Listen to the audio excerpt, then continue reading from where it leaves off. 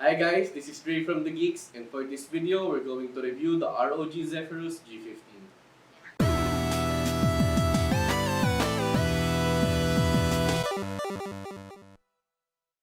So first, let's talk about the specs. So the G15 has a Ryzen 7 4800HS. Now take note this is the HS version, which means matipid. It's also equipped with the RTX 2060 Max-Q graphics. Again, Max-Q siya, ibig sabihin, matipid siya. Pero, at the cost of performance. So, yung RTX 2060 na to, kahit sabihin natin na 2060 siya, you can't expect desktop performance sa 2060. You can't even expect the level of a mobile 2060 since this RTX 2060 Max-Q only draws around 60 watts of power compared sa 80 to 90 watts ni mobile and compared sa 160 watts ni desktop version. Now, the G15 already comes with 16 gigabytes of DDR4 3200 RAM. And kung gusto nyo mag-upgrade, yung isang 8 gigabyte lang na stick yung pwede nyo i-upgrade since naka-solder yung isa pang 8 gigs. And this also has the 1 terabyte NVMe SSD, which means ang bilis niya mag-transfer. Makikita nyo sa performance benchmarks mamaya. Kung nakukulangan kayo sa 1 terabyte, you can always add another since meron siyang extra NVMe slot. So let's go over the design of the G15. I very much like its design kasi it's very simple and very sophisticated. So napaka-professional niyang tignan. It's just black on black. No crazy accents, no crazy LED lights underneath. So makikita niyo dito it has diagonal lines. This is very reminiscent of the ROG design. Pero mas subtle siya ngayon kasi yung mga dati kong na-review na ROG, pag ginaganon mo siya, mararamdaman mo talaga yung diagonal lines kasi daw it helps in airflow, directing airflow para full yung design. Pero as you can see, pati yung logo niya wala siyang ilaw. So, it's encased in yung aluminum lid. Aluminum yung lid niya. Pero most of it is built in plastic. So, it's just around 2 kilograms. So, for a 15-inch laptop, sobrang gaan niya, 2 kilograms.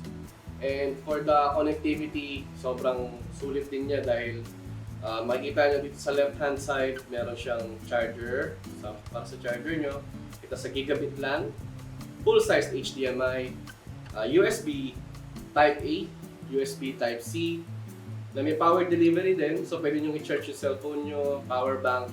Actually, meron din siyang kasamang extra na charger pa sa package niya. Kaya, if you don't want to bring yung bulky na power adapter, you can use the smaller one.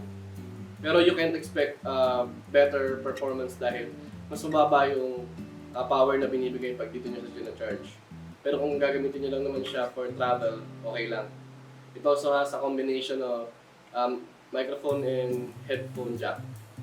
Sa kabila, you can see 2 additional USB Type-A's. And sa likod, you have the vents and the ROG logo. May LEDs sa taas para makita niyo yung indicator, kung HDDI indicator, battery indicator, and Wi-Fi. So, kung makikita nyo, it's just around 19.9mm thin. So, sobrang compact niya for a 15-inch laptop. Kasi, kung makikita nyo, ang nipis ng bezels niya. So, yung body na ganito, usually 14-inch yung mga screen. Pero napagkasya nila yung 15 inches na screen sa body ng 14-inch. So, it's very compact and I very much like how it looks. Sobrang understated and sobrang minimalist. Punta naman tayo sa keyboard. So, yung keyboard ni G15, adequate display siya, maganda yung pagkaka-spacing in between keys. Wala siyang numpad kasi nga 14 inches yung body niya kahit na 15-inch na laptop siya. And kung mapapansin nyo, kulay puti lang yung backlight niya. Sakto lang yung ilaw niya kasi pag nasa madilim kayo, hindi siya masakit sa mata, hindi siya nakasilaw. Pero kitang-kita nyo yung keys. Noong una, hinanap ko rin dito kung saan ba papalitan yung RGB. Pinuksan ko yung Armoury Crate, hindi ko makita. Kinota ko si Asus, sabi ko, hindi ba napapalitan ng kulay ito? Sabi nila, hindi, puti lang daw talaga. So, for the price kasi, this is the most basic Zephyrus. Pero, Zephyrus pa rin siya. It also has dedicated media buttons. You have volume down, volume up, may mute button, tsaka may dedicated na ROG armory frame. Meron din siyang dedicated na button para sa pag-adjust ng fan. Punta naman tayo dun sa trackpad. So yung trackpad niya, tama lang yung size, hindi masyado malaki, hindi rin masyado maliit. It uses Windows Precision drivers, so okay siya for everyday use. Pero if you plan on gaming, don't worry kasi may kasama naman na gaming mouse pag bumili kayo ng Zephyrus G15. Isa sa kagandahan ni G15 is yung monitor niya. So the monitor itself is 240Hz and has a response time of 3 ms.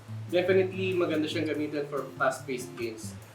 Kung mahilig kayo sa racing, sa first-person shooters, mag-enjoy talaga kayo sa monitor nito kasi sobrang stutter-free niya dahil na rin sa tulong ng adaptive sync niya.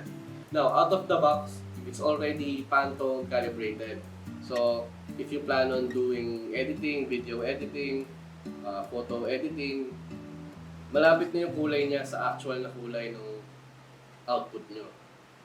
So, mapapansin nyo rin, ang nipis ng bezels niya. Pero yun nga, dahil manipis yung bezels niya, hindi nilagay si Zephyrus ng webcam. Which is true for all the Zephyrus lines. Kasi nga, if you plan on streaming, definitely you're gonna need a higher quality camera to show your face while streaming. So pag-usapan naman natin yung temperature and cooling system niya. So yung fans niya, you have different options. You can have it in silent mode, you can have it in turbo mode. Now, ang napansin ko dito sa G15, yung fans niya hindi ganun kaingay. Kumpara nung nag-review ako ng ROG Zephyrus S and yung ROG Strix, yun talaga nung naglaro ako, sobrang narinig ko para may aeroplano nung pag medyo nasa kalagitnaan na kayo ng gaming session nyo. Now, talking about the temperature, napansin ko yung palm rest niya it stayed cool during the entire session na naglalaro ako.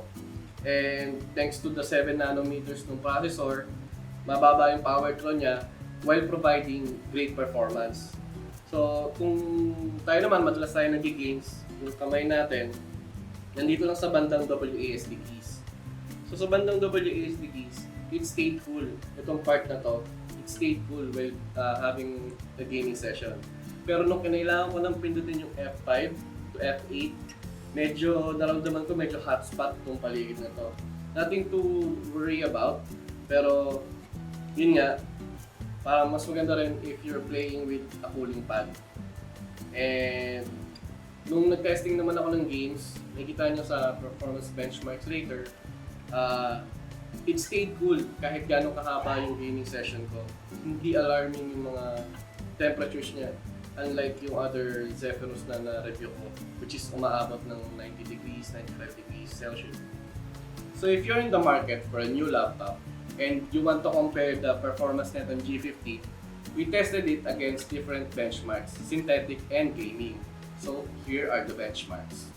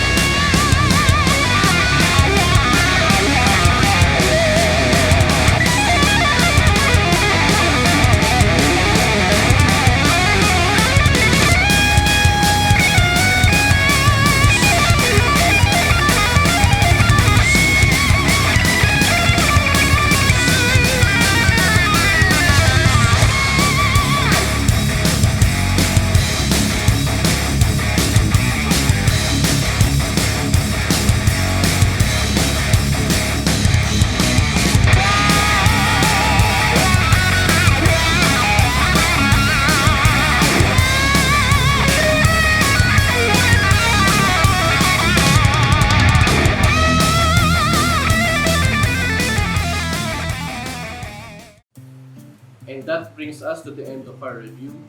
So to conclude, if you're the type who works hard and plays hard, the G15 definitely is for you. It gives you great performance, thanks to its Ryzen 7 4800HS processor, which has 8 cores and 16 threads, and its 2060 Max-Q GPU.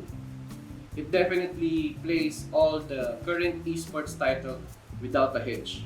Dota, CSGO, kahit yung mga bago ngayon, Valorant, Fortnite, anything you throw at it, malalaro nyo. Pero since naka-Max-Q nga siya, do not expect desktop level performance. So if you're planning on playing AAA games with ray tracing, if you're planning to play virtual reality on it, medyo step up na kayo sa next na GPU. For the downsides naman, ang napansin ko na sa kanya is yung mostly plastic build niya.